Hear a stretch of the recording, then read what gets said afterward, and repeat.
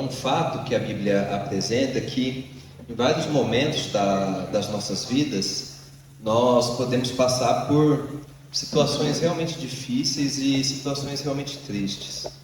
Nós vemos várias lamentações dessa natureza, por exemplo, no livro de Salmos.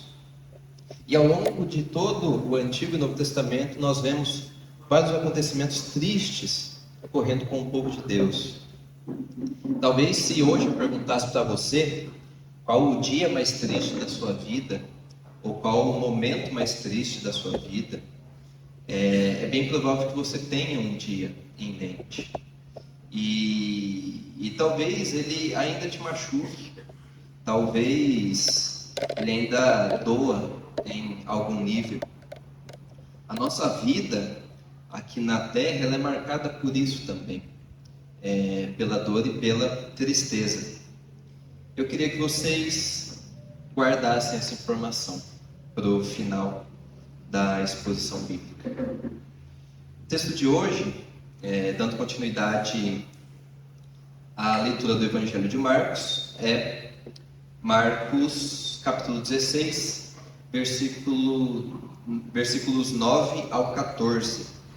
Marcos capítulo 16, versículos 9 ao 14. Que diz assim: Quando Jesus ressuscitou, na madrugada do primeiro dia da semana, apareceu primeiramente a Maria Madalena, de quem havia expulsado 7 demônios. Ela foi e contou aos que com ele tinham estado. Eles estavam lamentando e chorando.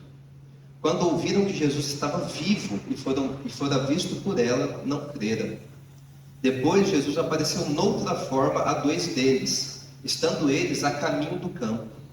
Eles voltaram e relataram isso aos outros, mas também nestes eles não creram.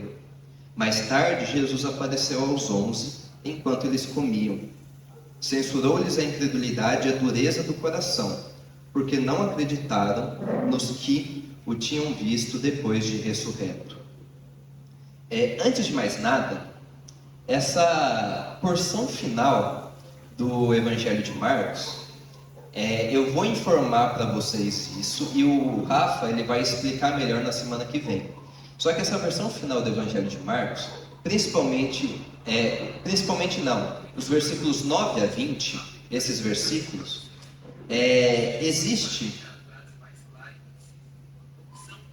Peraí, meu celular está... Pronto. Existe um debate no campo da teologia chamado de crítica textual, que é um grande debate sobre esse texto, porque existe uma discussão que é muito acirrada se esse texto final do Evangelho de Marcos, dos versículos 9 ao 20, é o final original do Evangelho de Marcos ou uma adição posterior e não o final original do Evangelho. Algumas pessoas que falam sobre isso, melhor, antes de eu explicar por que existe esse debate, eu queria só fazer uma contextualização de como funciona a questão do Novo Testamento, de como a gente sabe que o Novo Testamento ele é confiável e tudo mais. A gente sabe que o Novo Testamento é confiável porque a gente tem cópias do Novo Testamento. Nós não temos os manuscritos originais do Novo Testamento, mas nós temos uma série de cópias do Novo Testamento, e todas essas cópias, elas são praticamente semelhantes em todos os textos. Ou seja, todas essas cópias, e são mais de 5.000 cópias gregas do Novo Testamento, que a gente tem evidências, e algumas incrivelmente antigas, de cerca de 25 anos depois do texto original, de apenas 25 anos depois do texto original.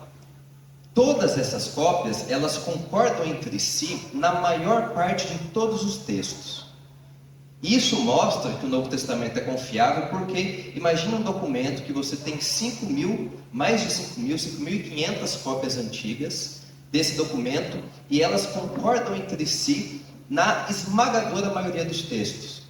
Só que em alguns textos, e o texto desse pedaço de Marcos é o maior, esse texto não está presente em algumas dessas cópias, e não está presente em algumas das mais antigas. Então, por isso que há um debate sobre se essa porção final do Evangelho de Marcos é de fato uma porção original ou uma adição posterior. Mesmo quem defende que é uma adição posterior, vai dizer que é uma adição posterior muito próxima do texto original. Até porque o manuscrito mais antigo que a gente tem do Novo Testamento e que cita essa parte do Evangelho de Marcos é um texto de 145 depois de Cristo. Então ainda é muito próximo, provavelmente, se essa passagem ela foi adicionada, isso aconteceu logo no início do segundo século. Mas de toda forma, essa parte final do Evangelho de Marcos, ela vai falar de coisas que aparecem no final dos outros evangelhos. E por isso nós estamos pregando sobre ela. Porque, por exemplo, é um final muito próximo do final de Mateus. Se vocês lerem o final do Evangelho de Mateus, que é um final que aparece em todas as cópias de Mateus que a gente tem, é um final muito parecido com o final do Evangelho de Marcos. E por isso que nós estamos também pregando sobre isso. Eu só queria trazer essa discussão, que o Rafa vai explicar melhor na última e na próxima pregação, né? Então, de toda forma, os textos que aparecem aqui, eles concordam com o final dos outros evangelhos. Então, está tudo certo, por assim dizer, né? Como a gente viu na semana passada, quando Maria Madalena, Maria, mãe de Tiago, e Salomé vão ao sepulcro de Jesus, elas não encontram lá. E esse jovem vestido de roupas brancas, né, provavelmente um anjo, as informa que Jesus ressuscitou, o que as deixa assustadas, né, e as fazem fugir do sepulcro. E aí nós entramos no texto de hoje e vemos que quando Jesus ressuscita, depois delas fugirem do sepulcro, amedrontadas, Jesus já tinha ressuscitado, na madrugada do primeiro dia da semana, o domingo, ele aparece primeiramente a Maria Madalena. Só que um texto, ele coloca um detalhe que ele não havia colocado lá no versículo 1, quando ele cita Maria Madalena também, que é no versículo 9, de quem havia expulsado 7 demônios. E quando a gente lê esse texto, a primeira pergunta que passa na nossa mente é: por que Marcos ele escolhe citar esse fato? E por que ele cita exatamente o número de demônios que estavam sobre Maria Madalena? E a resposta, a gente pode encontrar uma ideia do porquê isso, lá em Mateus 12. Mateus 12, versículos 43 a 45, para quem quiser abrir. Aí o primeiro livro do Novo Testamento.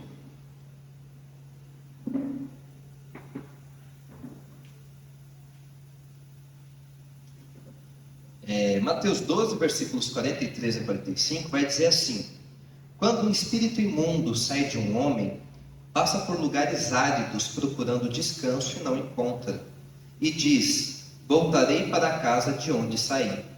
Chegando, encontra a casa desocupada, varrida e em ordem. Então vai e traz consigo outros 7 espíritos piores do que ele, e entrando passam a viver ali. E o estado final daquele homem torna-se pior do que o primeiro. Assim acontecerá a esta geração perversa. É interessante que aqui Mateus, citando Jesus, ele fala que Jesus diz literalmente 7 espíritos que agora habitariam nessa pessoa e que seriam pior do que esse espírito imundo inicial, por assim dizer. Então, quando Marcos ele cita esses 7 demônios aqui que foram expulsos de Maria Madalena, era como se ele quisesse dizer que Maria Madalena, antes de Jesus, era completamente escravizada. Esse era, por assim dizer, o máximo de escravidão nesse sentido. É o modelo de escravidão que Jesus coloca em Mateus. Maria Madalena era escravizada por demônios, até Jesus se encontrar com ela, até ela ser liberta por Jesus. E entendendo isso, nós conseguimos entender um pouco mais porque Jesus se revelou primeiramente a ela também.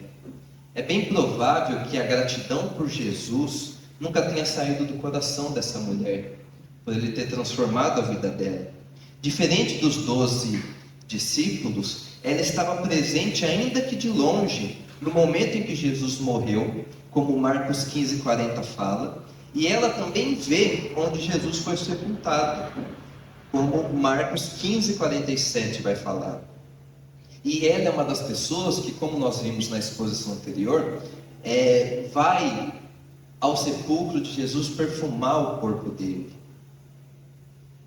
Então, ela pega essa informação e ela vai anunciar aos discípulos, ou melhor, como o texto diz, aos que com ele tinham estado, no versículo 10.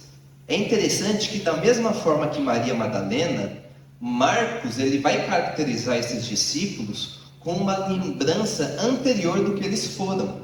Mas diferente de Maria Madalena, que a lembrança era negativa, a lembrança dos discípulos era uma lembrança positiva. Eles estiveram com Jesus, eles foram companheiros de Jesus. E por mais que eles tenham abandonado Jesus, nesse momento tão crucial, Jesus não revoga seus dons e talentos. Os discípulos podiam ter abandonado Jesus nesse momento, mas Jesus não tinha abandonado eles. Eles ainda estavam lamentando a morte daquele que já vivia novamente. Só que aí, quando a gente vai para o versículo 11, a gente vê algo muito triste acontecer. Eu imagino Maria Madalena chegando super animada para falar com os discípulos. E no versículo 11 a gente lê: quando ouviram que Jesus estava vivo e fora visto por ela, não creram. E assim, um ponto importante a se entender aqui é que naquela sociedade, naquela época, o testemunho feminino sobre algum evento não tinha valor nenhum, não era usado nos tribunais, não tinha valor nenhum o testemunho feminino. E isso, na verdade, torna essa narrativa da ressurreição muito mais interessante quando a gente para pensar, porque Marcos não oculta de nós a informação de que foi uma mulher a primeira pessoa a testemunhar a ressurreição de Jesus. E o que isso prova? Prova que Marcos está falando a verdade aqui. Porque se Marcos ele quisesse apenas fabricar uma história, inventar uma mentira, faria muito mais sentido, seria muito mais racional colocar um homem como a primeira pessoa a testemunhar a ressurreição de Jesus. Mas o fato de ser exatamente uma mulher e de Marcos não ocultar essa informação, prova ainda mais a veracidade dessa história. Que Marcos não queria convencer as pessoas de uma mentira, mas falar para as pessoas aquilo que realmente aconteceu.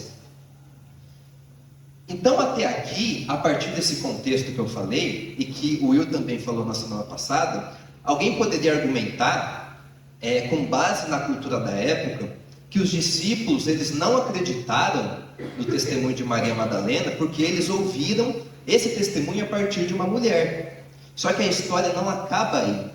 O versículo 12 continua falando um pouco sobre essa incredulidade dos discípulos.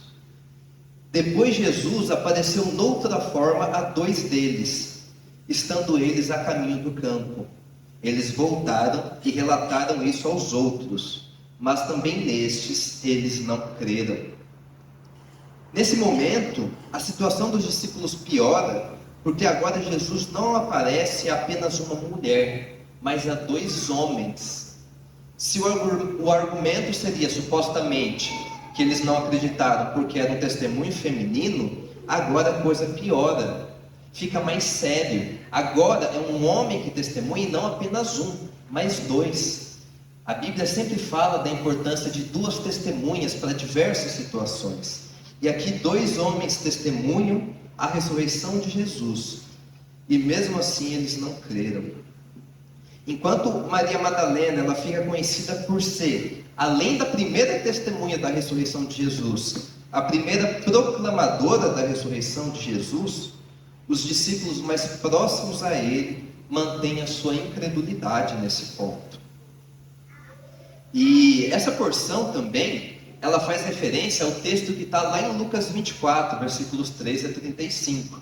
Na verdade, Lucas faz referência a esse texto, porque Marcos foi escrito antes, onde Jesus aparece a 2 viajantes em seu caminho para Emaús. E o texto diz que Jesus apareceu noutra forma a eles, porque, como a gente consegue saber pelo Evangelho de Lucas, Jesus não é reconhecido por esses viajantes. Então, por isso que Marcos fala que ele apareceu de outra forma para os seus discípulos. E um fato que torna ainda pior a descrença dos discípulos aqui, é que o próprio Jesus já havia os instruído acerca da sua ressurreição, em 3 momentos no livro de Marcos, e sempre no contexto em que ele diz sobre a sua morte e sua paixão também. Em Marcos 8,31, Jesus vai falar: então ele começou a ensiná-los: o Filho do Homem precisa sofrer muito e ser rejeitado pelos líderes religiosos, pelos chefes dos sacerdotes e pelos mestres da lei. É necessário que ele seja morto e depois de 3 dias ressuscite. Em Marcos 9,31, a mesma ideia, porque ele estava ensinando aos seus discípulos. Ele lhes dizia: o Filho do Homem será entregue nas mãos dos homens, eles o matarão e 3 dias depois ele ressuscitará. E a mesma ideia em Marcos 10, versículos 33 e 34. Estamos subindo para Jerusalém, e o Filho do Homem será entregue aos chefes dos sacerdotes e aos mestres da lei.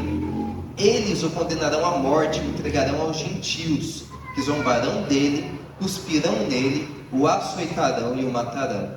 3 dias depois ele ressuscitará. Então essa mensagem de Jesus sobre a sua ressurreição, ela era clara. E mesmo Jesus tendo dito isso, mesmo com testemunhas falando que Jesus ressuscitou, os discípulos não acreditaram.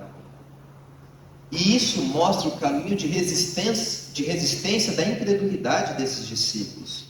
Eles o abandonam quando Jesus é preso. Eles estiveram ausentes no Calvário, com exceção de João. Eles não foram reivindicar o corpo de Jesus para Pilato. E nem participam do sepultamento. Muito menos o sepultam, mas nem participam do seu sepultamento. E agora eles não acreditam na mensagem da sua ressurreição.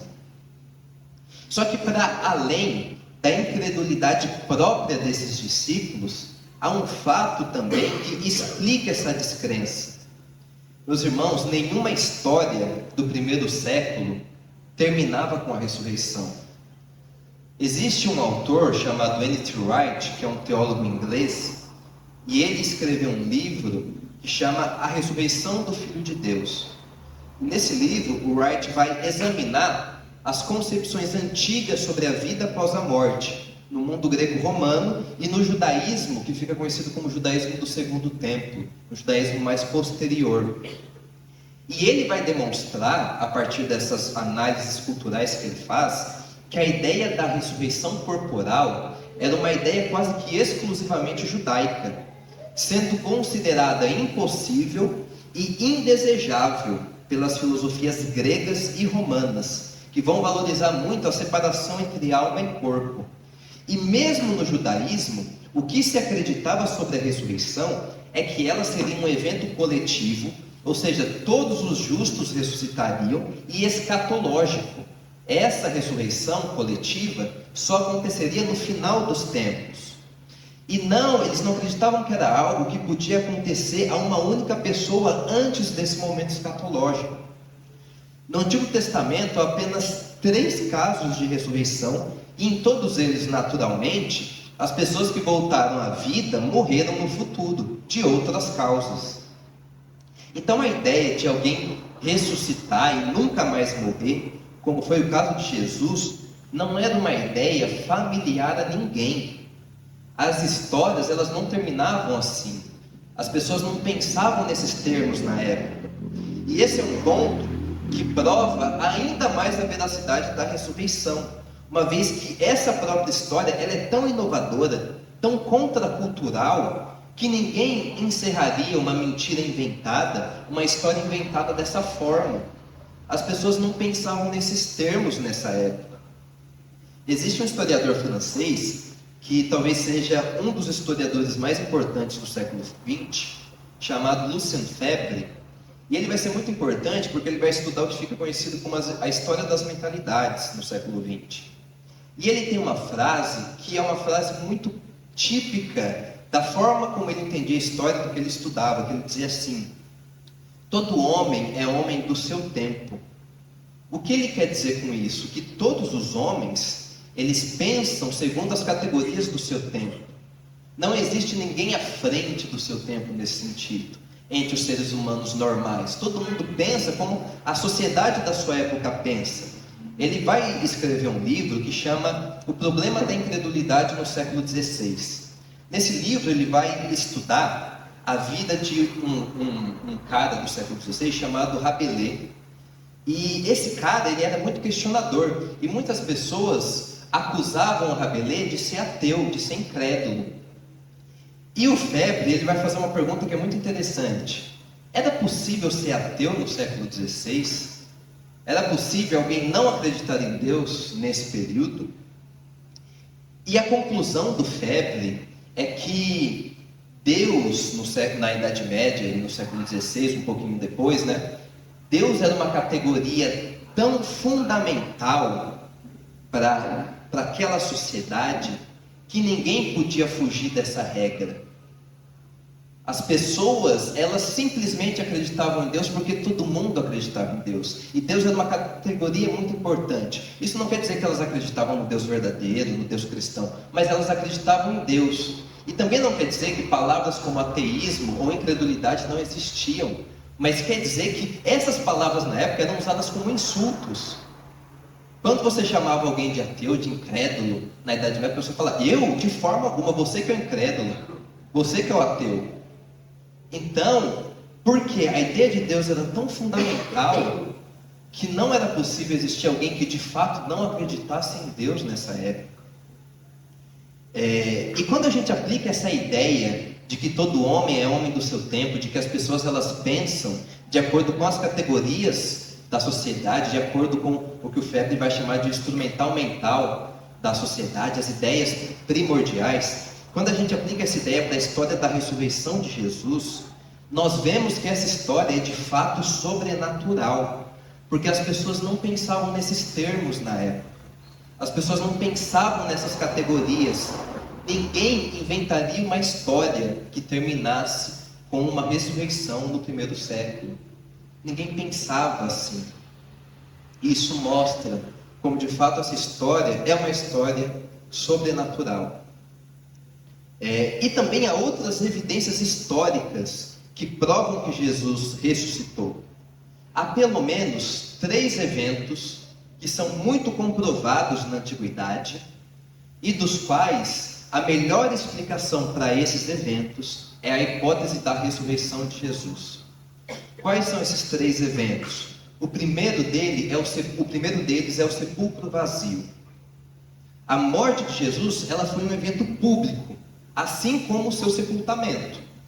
Tanto que o texto de Marcos vai dizer que Maria Madalena viu onde ele foi sepultado.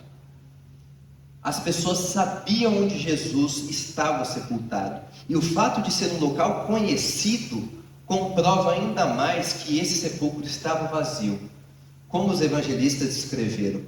Porque se esse sepulcro de Jesus não tivesse vazio, não fazia sentido os discípulos de Jesus pregarem a sua ressurreição, uma vez que era só os líderes judeus mostrarem o corpo morto de Jesus, que a mensagem cristã acabaria ali. Se o cerne da mensagem cristã é a ressurreição, se Jesus de fato não ressuscitou, ou melhor, se tivesse o corpo de Jesus no sepulcro, a mensagem cristã acabaria.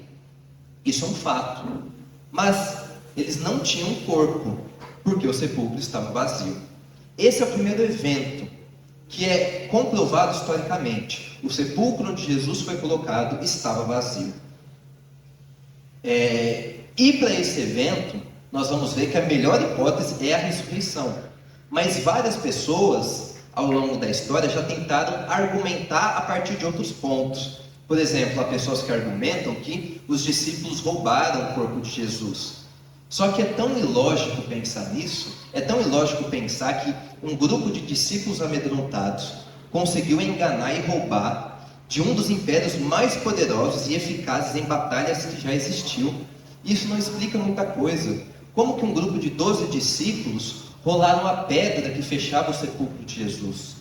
A Bíblia fala, na verdade não a Bíblia, mas pelo contexto histórico da época, a gente sabe que uma pedra que fechava portas de sepulcro, que normalmente tinham 1,20 m e tudo mais, ela pesava normalmente de 1 a 2 toneladas. Tanto que no início de Marcos 16, as próprias mulheres que vão ao sepulcro de Jesus reconhecem a dificuldade, por exemplo, remover essa pedra para elas perfumarem o corpo, como fala nos versículos 2, 3 e 4. No primeiro dia da semana bem cedo, ao nascer do sol, elas se dirigiram ao sepulcro, perguntando umas às outras: quem removerá para nós a pedra da entrada do sepulcro? Mas quando foram verificar, viram que a pedra, que era muito grande, havia sido removida.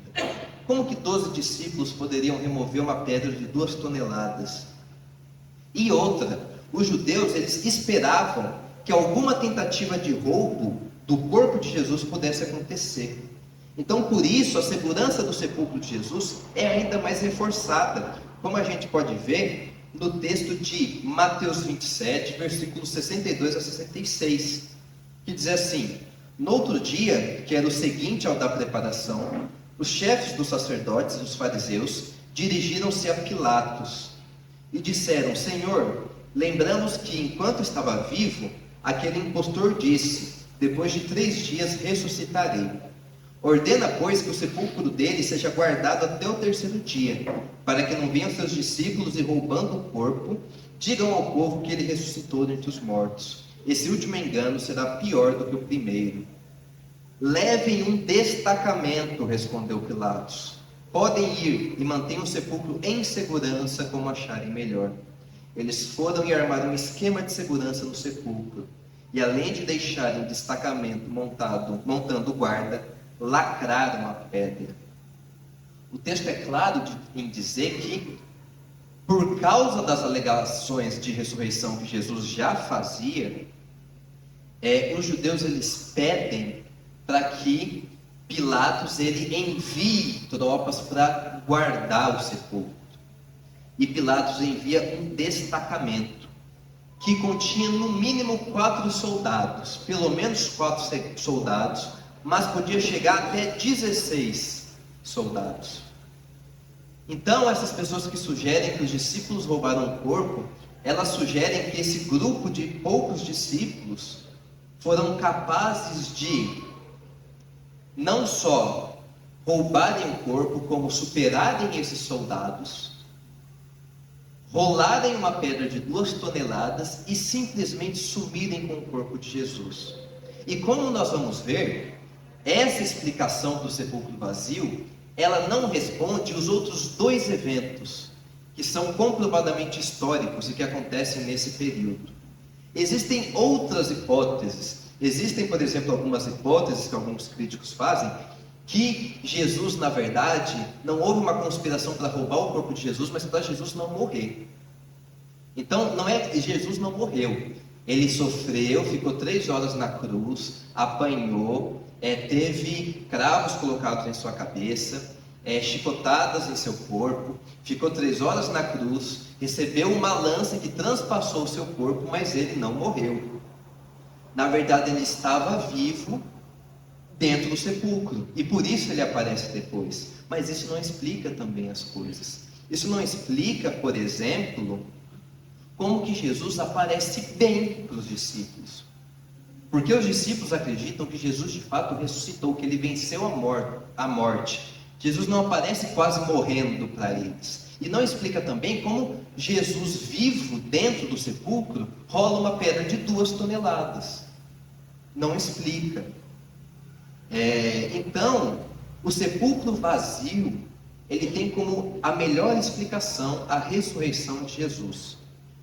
O segundo evento, que é muito conhecido e que é historicamente comprovado, são as aparições de Jesus após a sua morte.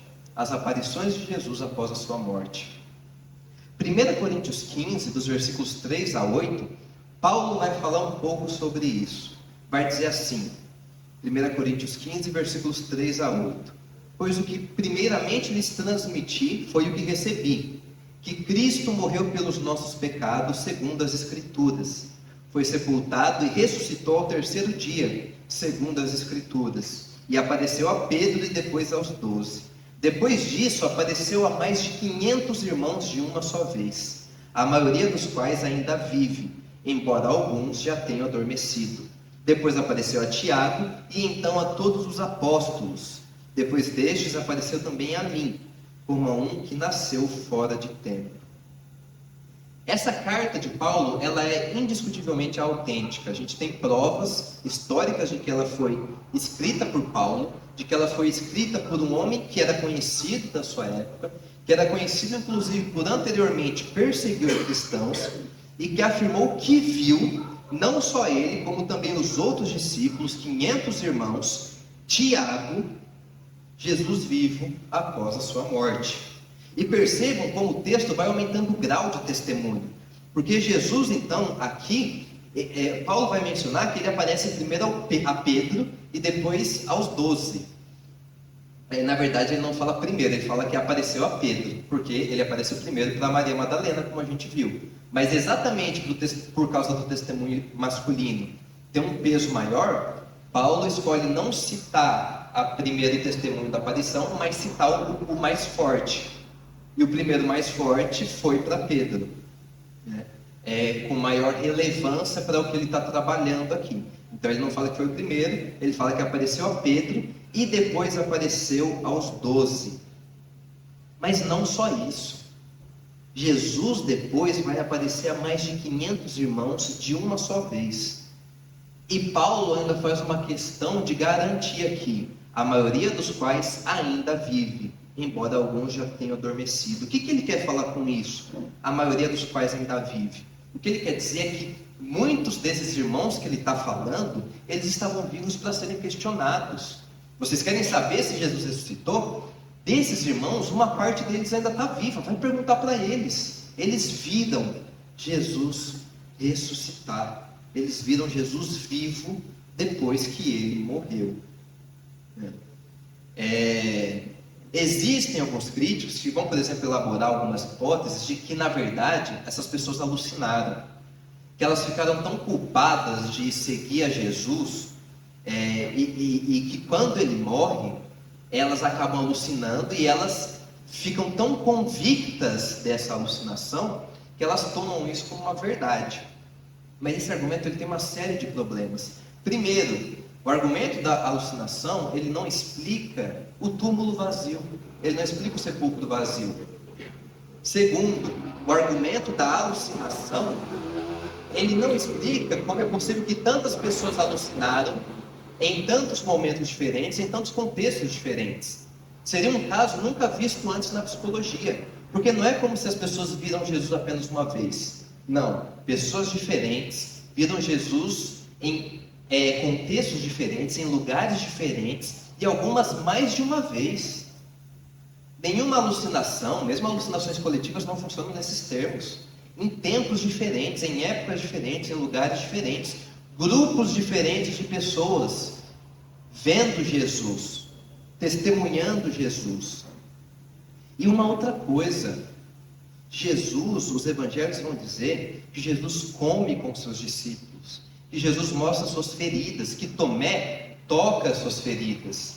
Nenhuma alucinação tem essas características de fisicalidade, de você ver alguém que você está alucinando comer ou tocar. Isso não é possível em episódios de alucinação. Então não faz sentido pensar que essas pessoas alucinaram. E, novamente, essa hipótese da alucinação, ela não explica o túmulo vazio, o sepulcro vazio. Mas o texto não para por aí. Paulo vai dizer que depois de aparecer mais de 500 irmãos, Jesus aparece a Tiago. Tiago, que era irmão de Jesus, irmão mais novo de Jesus. E o que torna essa aparição de Jesus mais surpreendente é que, aparentemente, os evangelhos não deixam isso muito claro, mas eles dão algumas pistas. Aparentemente, nem Tiago e nem nenhum dos irmãos mais novos de Jesus acreditavam em Jesus durante o tempo do seu ministério. Eles não acreditavam que Jesus era o Messias prometido. Marcos 3 e João 7 são textos que parecem sugerir isso. Por exemplo, o texto de Marcos 3, Jesus está em uma casa e começa a aglomerar muita pessoa nessa casa para ouvir Jesus. E diante dessa situação, olha o que os irmãos de Jesus falam. Marcos 3, versículos 20 a 21. Então Jesus entrou numa casa e novamente reuniu-se ali uma multidão, de modo que eles e os seus discípulos não conseguiram nem comer. Quando seus familiares ouviram falar disso, saíram para apoderar-se dele, pois diziam: ele está fora de si. Ou seja, eles não acreditavam no ministério de Jesus, não acreditavam que ele era de fato o Messias. Só que o que acontece aqui? E aí depois, o texto vai continuar falando, que alguém entra na casa e fala: sua mãe e seus irmãos estão te chamando lá fora. Aí Jesus fala: quem são minha mãe e quem são meus irmãos? É todos aqueles que ouvem minha palavra e a praticam, se eu não estou enganado. Só que após a ressurreição de Jesus, o livro de Atos vai dizer que os irmãos de Jesus aparecem no aposento superior, onde estava reunida a comunidade cristã. Atos 1,14 vai dizer assim: todos eles se reuniam sempre em oração, com as mulheres, inclusive Maria, a mãe de Jesus, e com os irmãos de Jesus. Em Atos 12, quando Pedro é liberto da prisão por um anjo, suas primeiras palavras foram: contem isso a Tiago e aos irmãos. Então ele saiu e foi para outro lugar.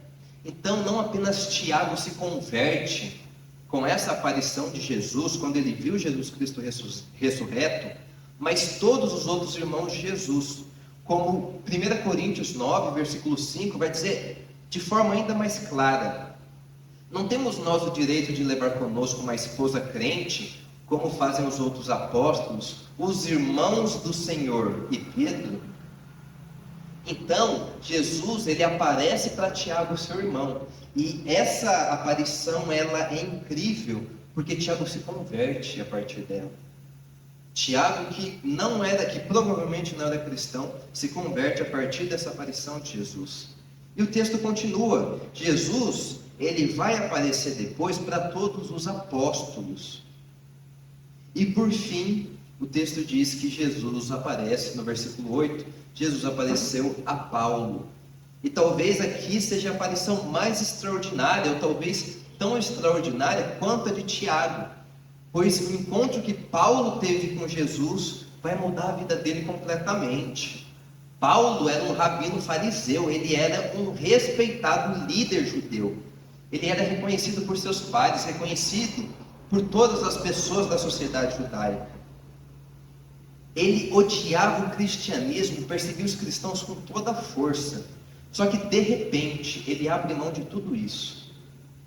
Ele sai de uma vida ilustre e abraça uma vida de pobreza, de perseguição e de sofrimento. Paulo, ao longo da sua vida, vai ser açoitado, apedrejado, perseguido. Ele vai sofrer 3 naufrágios. Ele vai passar uma noite no mar. Ele é deixado para morrer e sempre viveu em constantes perigos e privações. Por fim, a vida de Paulo, ele morre por essa fé que um dia ele odiou. O que justifica isso, se não uma aparição real de Jesus? Como explicar essas aparições? Como explicar esses eventos que transformaram a vida de pessoas que eram contrárias a essa fé? E o terceiro evento, do qual nós temos provas históricas muito confiáveis, é o próprio início do cristianismo, ou em outras palavras, o início da convicção dos discípulos na ressurreição.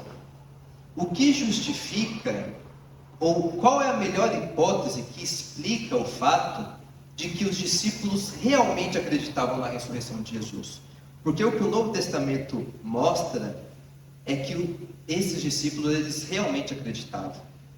Por que o cristianismo ele veio a existir e ele não morreu no caminho, como várias outras religiões que surgiam e acabavam na época? Qual que era a mensagem central desses cristãos? Qual que era a mensagem central que eles compartilhavam com as outras pessoas? Que Jesus era o Messias prometido, o Filho do Deus vivo, e que Ele provou isso através da sua ressurreição. Ele provou isso através da sua ressurreição. Toda a crença cristã, na sua origem, então, ela dependia da veracidade da ressurreição. E o ponto aqui é que os discípulos, eles não poderiam estar mentindo, porque ninguém morre por uma mentira. Ninguém morre por uma mentira. Como eu falei, uma das hipóteses que alguns críticos fazem é que os discípulos conspiraram acerca da ressurreição, né? Eles roubaram o corpo, espalharam essa informação, mesmo sabendo que ela era uma mentira. Mas a essência de uma mentira é que a gente sempre conta uma mentira para a gente se beneficiar, para a gente sair por cima de uma situação. O que eles ganham com essa mentira aqui? Só sofrimento e dor. E ninguém morre por uma mentira. Ninguém morre por uma mentira, ninguém é perseguido, ninguém perde tudo o que tem por algo que eles sabem que é uma mentira. Acreditar na ressurreição, de um ponto de vista material, de um ponto de vista desse mundo, não trouxe nenhum benefício a eles, no sentido material. Bens, fama, popularidade, paz, vida tranquila. Eles foram perseguidos e mortos. E por quê? Porque eles acreditavam nisso. E eles acreditavam de todo o coração. É um fato tão evidente que para eles a ressurreição era um fato que aconteceu. Era um evento real. Ninguém, e fora que, como eu falei, ninguém inventaria uma mentira como a ressurreição, porque as pessoas não pensavam nesses termos. As pessoas não pensavam, essa categoria de história é completamente nova nessa época. Ninguém terminaria uma mentira assim, o que prova que eles acreditavam nisso. Eles acreditavam nessa verdade. E por causa disso, por causa desse terceiro evento, todas as teorias de conspiração, elas já perdem a sua força, perdem a sua validade. Porque se eles conspiraram, não fazia sentido eles perderem tudo que eles tinham por causa dessa conspiração. Imaginem, né? Um discípulo chegando e falando, o plano é esse. Nós vamos roubar o corpo de Jesus, vamos esconder esse corpo em algum lugar, e a gente vai espalhar que Jesus ressuscitou. Aí alguns dos discípulos perguntam, não, mas qual que é a recompensa disso? A gente vai ser perseguido, a gente vai perder tudo que a gente tem e a gente vai morrer. Vejam como que não faz sentido.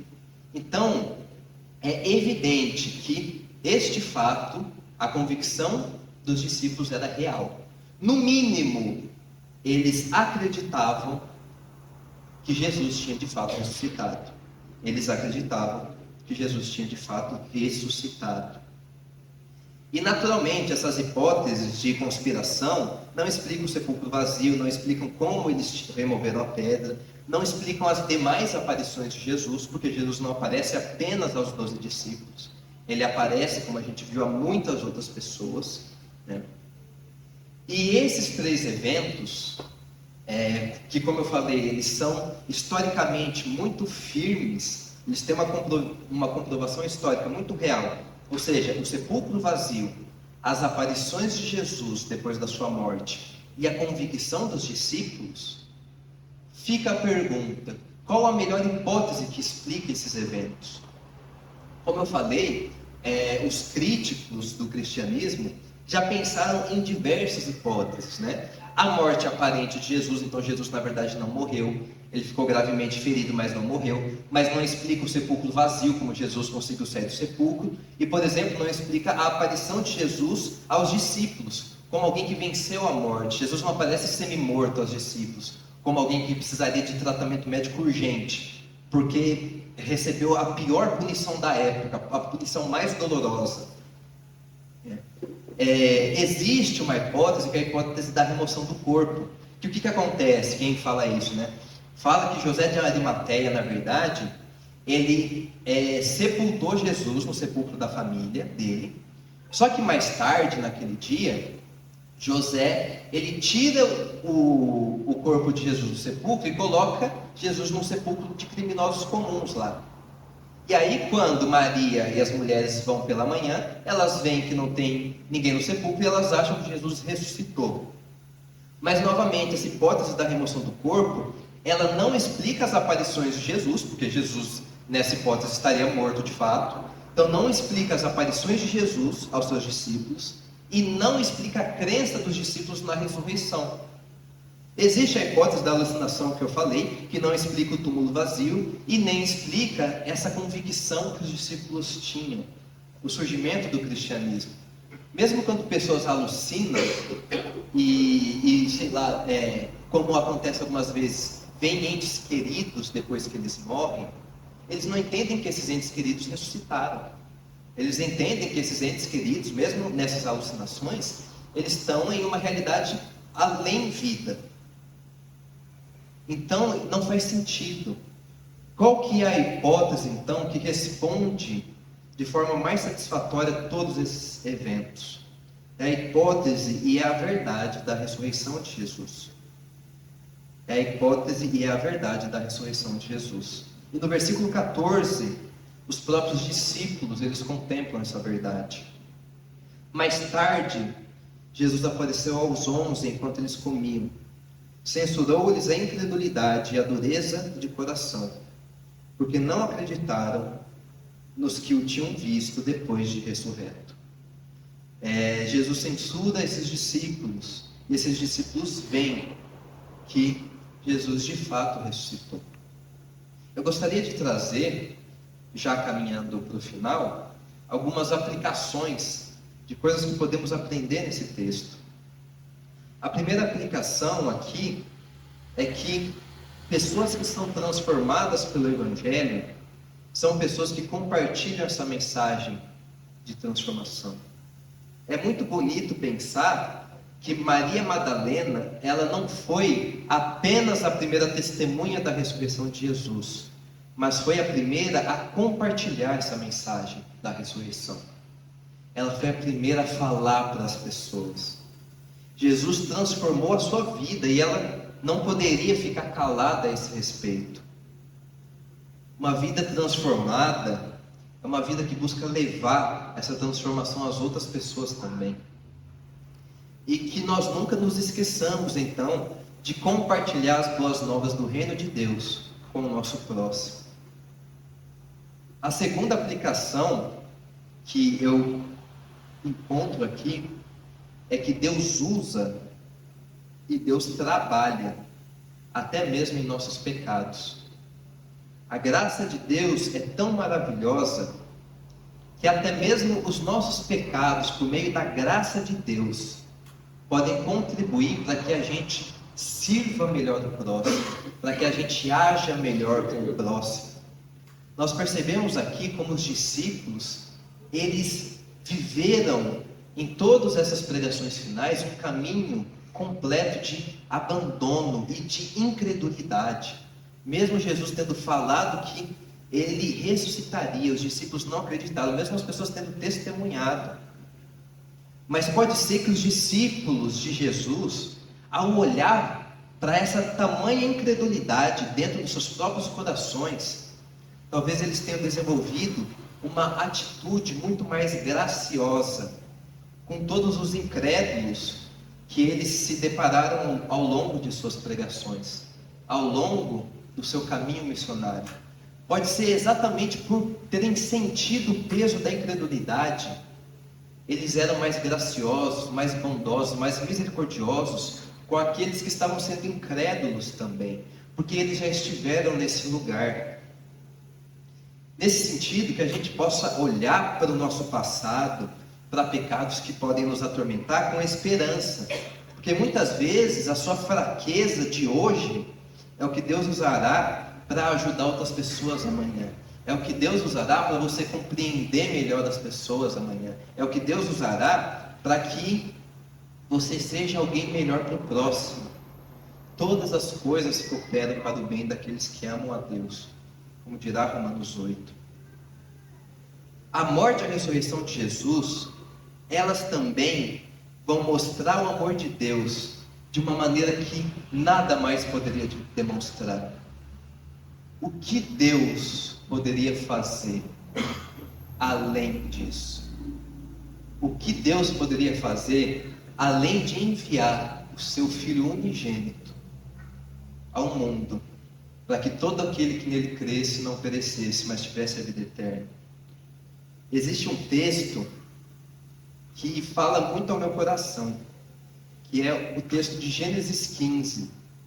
Gênesis 15, dos versículos 9 ao 17, vai falar sobre uma aliança que Deus faz com Abraão.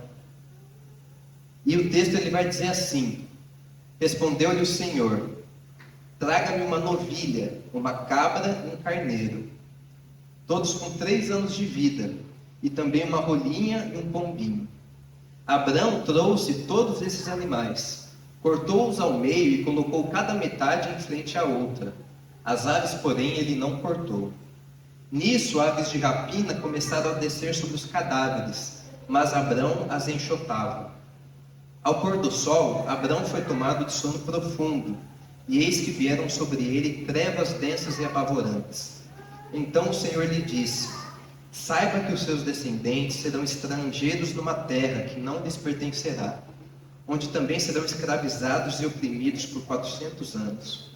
Mas eu castigarei a nação a quem servirão como escravos, e depois de tudo sairão com muitos bens. Deus falando do êxodo aqui. Você, porém, irá em paz a seus antepassados e será sepultado em boa velhice. Na 4ª geração, seus descendentes voltarão para cá, porque a maldade dos amorreus ainda não atingiu a medida completa. Depois que o sol se pôs e veio a escuridão, eis que um fogareiro esfumaçante, com uma tocha acesa, passou por entre os pedaços dos animais. O que está acontecendo aqui? Nesse texto está acontecendo uma passagem típica de como alianças, de como compromissos eram feitos na antiguidade. Na antiguidade, quando você queria firmar uma aliança com alguém, um compromisso com alguém, uma prática comum era o quê? Você pegar alguns animais, sacrificar esses animais e dividir eles ao meio. Você colocava uma parte de cada animal de frente para outra, e ambas as pessoas, elas passavam por entre esses animais, e elas diziam assim: que aconteça comigo o que aconteceu com esses animais, se eu descumprir a minha parte do acordo. Ambas as pessoas passavam por esses animais e falavam isso: que aconteça comigo o que aconteceu com esses animais se eu não cumprir a minha parte do acordo. Só que a beleza desse texto é que quando Deus pede para Abraão dividir os animais, o versículo 12 diz que ao pôr do sol, Abraão foi tomado de sono profundo, e eis que vieram sobre ele trevas densas e apavorantes. Abraão dorme depois de separar esses animais. E a gente vê no versículo 17 o que acontece com esses animais. Depois que o sol se pôs e veio a escuridão, eis que um fogareiro esfumaçante, com uma tocha acesa, passou por entre os pedaços dos animais. Então o que acontece aqui? Deus não deixa Abraão passar por entre esses animais, porque Deus já sabia que Abraão não ia cumprir a sua parte do acordo. Deus já sabia que a humanidade não ia cumprir a sua parte da aliança. Deus já sabia que se a humanidade passasse, ela não ia cumprir. E por isso Deus escolhe passar sozinho aqui. Por isso Deus escolhe, no versículo 17, passar como esse fogareiro esfumaçante, e como que representando, como que dizendo assim: eu sei que vocês não vão cumprir a sua parte do acordo, mas eu estou disposto a sofrer. Eu estou disposto a sofrer a morte que vocês mereciam. Eu estou disposto a sofrer a condenação que vocês mereciam. O que mais Deus poderia fazer? De que outra maneira Deus poderia demonstrar o seu amor por nós? De que outra maneira? Ele já sabia desde Gênesis que a gente não ia cumprir a nossa parte. E mesmo assim Ele decide sofrer em nosso lugar. Ele decide ser despedaçado por causa da nossa parte, que a gente não cumpriu. E é triste como muitas vezes a gente não aceita esse amor. É triste como muitas vezes parece que a gente tem mais medo do amor de Deus do que da ira de Deus. A gente tem mais medo do amor de Deus do que da ira, porque a ira é uma coisa que a gente já espera, a gente sabe que é pecador. Só que a beleza da coisa, o fato extraordinário, é que Jesus, ele já sabia de todos os nossos pecados, ele já sabia dos meus pecados, ele já sabia dos seus pecados, ele sabia dos nossos pontos mais baixos. E mesmo sabendo de tudo, ele diz: eu amo vocês ainda assim. Eu vou me entregar por vocês, mesmo sabendo do pior, mesmo sabendo quem nós realmente somos. Mesmo sabendo quem nós realmente somos. E por último, eu citei a questão das tristezas das nossas vidas no início da exposição, porque de fato todo mundo teve dias ruins, dias tristes, dias dolorosos. Mas houve na história um dia que realmente foi o dia mais triste da história. Houve um período em que esse dia aconteceu. E esse dia foi a morte de Jesus. Jesus, o homem mais justo que passou por essa terra. A Bíblia diz, e nós vimos isso ao longo dessas pregações, ele foi traído por um amigo. E ele foi abandonado por todos os seus amigos, em seu momento de maior fragilidade. Não bastante, ele foi julgado injustamente, e ele recebeu punições injustas. Ele foi açoitado e foi zombado por uma tropa inteira de soldados. 300, 400, 500 soldados. Ele recebeu os símbolos que ele cumpriu com tanta perfeição. Ele, como o rei perfeito, o profeta perfeito, o sacerdote perfeito, ele recebeu uma capa de zombaria e recebeu uma coroa de espinhos. Como nós vimos, o Evangelho de Marcos, ele faz questão de falar que esse dia foi um dia tão triste que trevas cobriam a terra, que o dia ficou escuro durante a morte de Jesus, em um breu total, em uma escuridão total. E como se não bastasse tudo isso, na cruz Jesus é abandonado por Deus, porque ele está levando a culpa de pecados que não eram dele. Ele está levando a culpa de pecados que não eram dele. E esse é objetivamente o dia mais triste da história. Esse é objetivamente o dia mais triste da história. Quando a única pessoa justa que pisou nesse mundo foi morta de forma injusta pelos pecados de outras pessoas. Só que a graça do Evangelho e a graça do poder de Deus é que a história não termina aí. A história não termina aí. 3 dias depois, Jesus ressuscitou. E Deus, em seu poder, conseguiu transformar o pior dia da história no melhor dia da história. Ele conseguiu pegar o dia mais triste e 3 dias depois tornar o dia mais feliz de todos. Se Deus, ele teve o poder de fazer isso, o que ele não pode fazer com as nossas tristezas? O que ele não pode fazer com as nossas feridas? O que ele não pode fazer com tudo que nos aflige e tudo o que nos deixa tristes? Toda dor, como a palavra antiga vai dizer, é por enquanto. Porque por causa desse fato, por causa dessa verdade da ressurreição de Jesus, as promessas de Apocalipse 21, elas são para nós, e são para todos aqueles que creem em Jesus. Apocalipse 21 vai dizer assim: então vi um novo céu e uma nova terra, pois o primeiro céu e a primeira terra tinham passado, e o mar já não existia.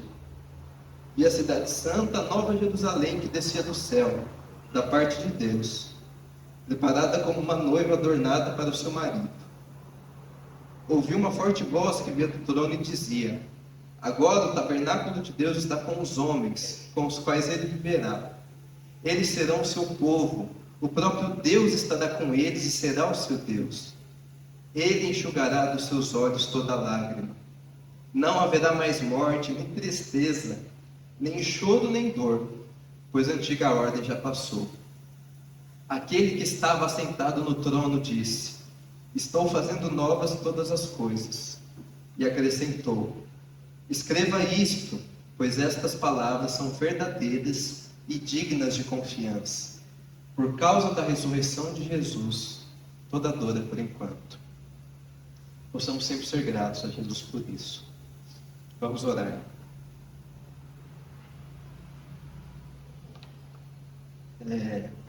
Senhor nosso Deus, nós estamos aqui reunidos, Senhor, para agradecer pelo envio do Seu Filho Jesus ao mundo. Agradecer que Jesus veio, pagou uma dívida que não era dele, que ele não precisava pagar, e a partir desse pagamento, a partir dessa morte e a partir dessa ressurreição, nós podemos novamente ter um relacionamento com o Senhor. Obrigado por demonstrar o seu amor de uma forma que nós nunca imaginaríamos, e obrigado por demonstrar que o Senhor se importa conosco, mesmo a gente não merecendo, Senhor.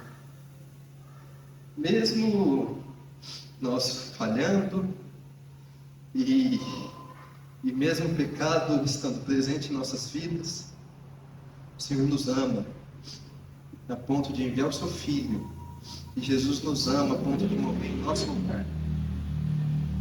Que essas verdades do seu amor possam continuar em nosso coração e que elas nunca saiam do nosso coração. Que nós possamos cada vez mais ser gratos pela verdade da ressurreição de Jesus e gratos por toda a possibilidade de nova vida e de transformação que vem com essa ressurreição. Todas as possibilidades que Jesus compra para nós com sua morte e sua ressurreição. Em nome do Senhor Jesus, amém.